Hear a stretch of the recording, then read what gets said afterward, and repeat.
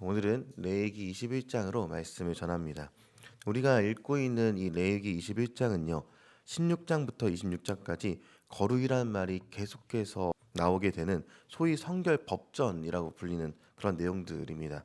이스라엘 자체가 하나님 앞에서 거룩하라라고 요구를 받고 있었는데요. 그 가운데서 제사장은요. 거룩하신 하나님께 드리는 거룩한 제사를 담당하는 사람들이기 때문에 더 많은 거룩을 요구받고 있었던 것이죠. 그리고 그 중에 오늘 본 21장과 그리고 내일 본문이 22장에는요. 6번 반복해서 나타나고 있는 나는 너희를 거룩하게 하는 여호와니라 이 내용을 공식구로서 구분할 수가 있습니다. 오늘 8절 말씀인데요. 같이 한번 읽어보도록 하겠습니다. 너는 그를 거룩히 여기라. 그는 내 하나님의 음식을 드림이니라. 너는 그를 거룩히 여기라. 너희를 거룩하게 하는 나 여호와는 거룩함이니라. 아멘. 하나님이 거룩하시기 때문에 너희가 지켜야 할 것들이 이것이다라고 알려주고 있는 것이죠. 거룩의 문제, 그러니까 온전의 문제를 해결해야만 왕이신 하나님의 나라에 그의 백성이 살아갈 수가 있는 것이기 때문에 그렇습니다. 그중에 오늘 본문 레위기 21장에서는요. 크게 세 가지의 문제에서 거룩을 요구하고 있습니다. 첫째가 제사장의 죽은 자와의 접촉 금지에 대해서 이야기를 하고, 둘째가 제사장의 결혼 배우자의 제한에 대한 이야기를 합니다. 그리고 마지막으로는 육체적 장애로 인한 제사장직의 제한을 다루고 있는 것을 오늘 본문에서 말하고 있죠. 첫 번째 부분이 죽은 자의 접촉 금지 명령부터 보도록 하겠습니다. 직계 가족의 장례 외에는요. 죽은 자에 대해서 접촉해서도 안 되고 심지어 죽은 자를 위해서 애도했어도 안 된다라고 이야기합니다. 근데 여기서 우리가 생각해 봐야 할 것은요. 직계 가족의 장례 외에는이라고 말씀을 드렸습니다. 그만큼 하나님께서는요. 가족이라는 공동체를 그 무엇보다도 중요시 여기고 계심을 증거해주고 있다. 이렇게 말씀을 드릴 수 있습니다. 레위기 19장에서도 가족에 대한 규례가 이어졌었던 것이죠. 하나님은 가족이라는 게 기본 단위의 구성체의 중요성을 백성들에게 계속해서 알려주셨고요. 이 가정이 그만큼 거룩한 공동체가 되는 것이 중요하다라고 알려주고 있는 것입니다. 우리는 하나님이 만들어주신 질서 중에 가장 작은 단위인 가정에서부터 우리의 거룩, 즉 공동체의 온전함과 흠 없음을 만들어 가야 한다는 것이죠.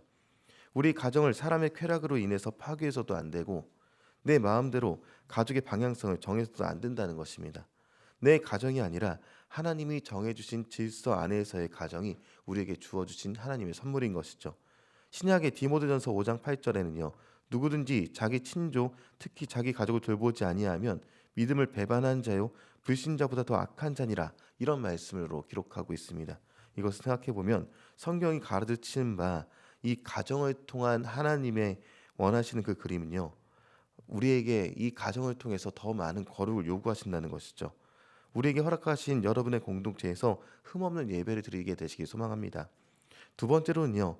제사장의 결혼과 관련해서 성적으로 문란하거나 이혼당한 여자는 결혼할 수 없었다라고 얘기합니다. 대제사장은요.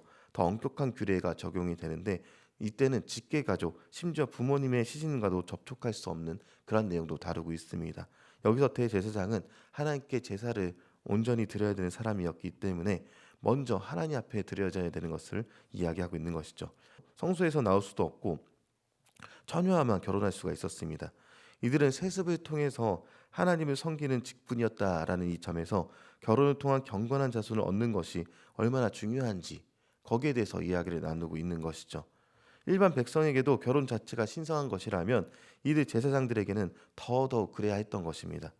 여전히 거룩한 공동체를 이루는 가정의 중요성을 알려주고 있는 것입니다. 아론의 후손 중에 육체에 흠이 있거나 장애가 있는 사람에 대해서 마지막에 다룬다고 했습니다. 제사장으로서 제사를 드릴 수 없는 사람들인데요. 이때 표현이 22장에서의 제물로 드릴 수 없는 흠 있는 가축을 표현한 것과 비슷한 내용으로 다뤄지게 됩니다. 이것은요. 하나님께 흠 없이 온전한 제사를 드려야 한다는 것을 가르쳐주기 위한 것임을 알게 되는 것인데요. 제사장은 제물과 마찬가지로 흠이나 결점이 없이 온전해야 했던 것입니다.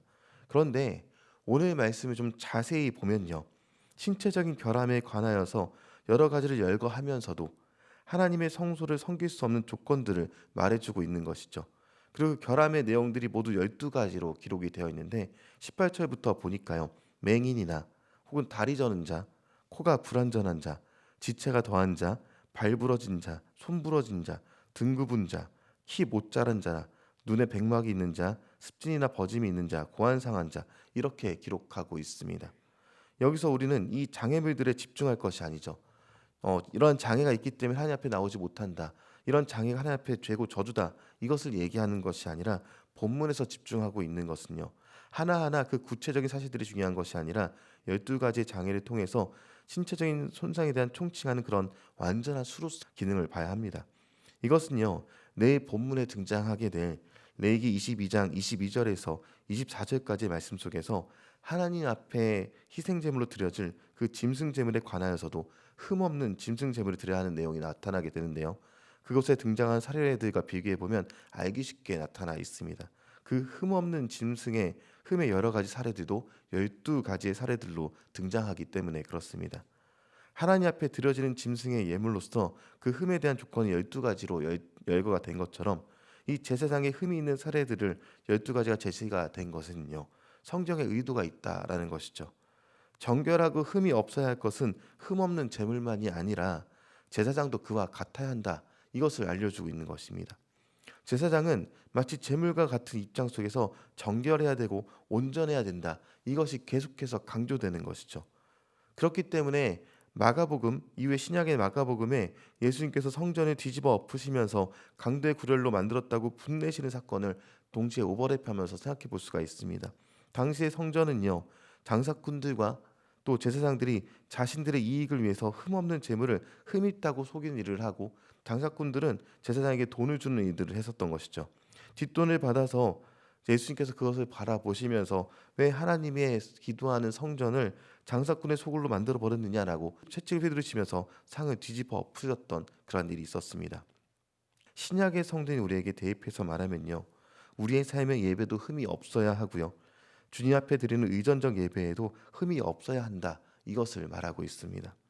베드로전서를 보면 2장 3절부터 이어지는 말씀에서 온 교회가 거룩한 제사장이다라고 기록하고 있습니다. 온 교회가 거룩한 제사장이며 우리의 가장 작은 공동체인 가정에서부터가 거룩의 시작인 것이죠. 개개인뿐만이 아니라 가정 공동체 그리고 소그룹, 셀 공동체도 마찬가지이면서 또 동시에 일터와 모든 공간에서도 마찬가지입니다. 우리의 삶에서 하나님께서 원하시는 거룩이 요구가 된다는 것이죠. 모든 성도는요. 세상이 가지고 있는 기준을 능가하는 거룩함과 온전함을 요구받습니다. 세상만큼도 아닙니다. 철저한 흠없음이 요구가 되고 있는 것이죠. 그래서 오늘 본문에 읽었던 레위기 21장에서의 세 가지 모습이요. 바로 우리 그리스도인들에게 요구되는 거룩의 모습에 대한 상징들임을 기억하시기 바랍니다. 죽음과도 같은 삶에서 떠나 생명이신 예수님과 동행해야 하는 것이고요. 가정에서부터 하나님의 질서를 지켜나가는 거룩한 공동체가 되어야 합니다. 그리고 삶의 모든 영역에서 완벽한 거룩을 추구해야 하는 것이 바로 우리의 모습인 것이죠.